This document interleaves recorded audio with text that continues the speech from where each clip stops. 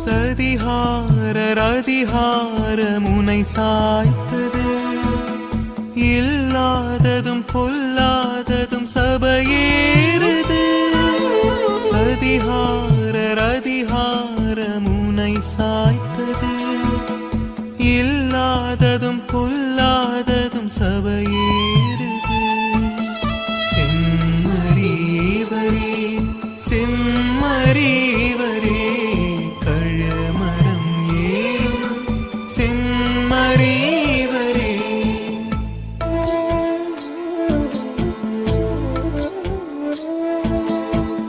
மரத்துண்டு இரண்டு இணைந்து குருவானதா சிலுவை,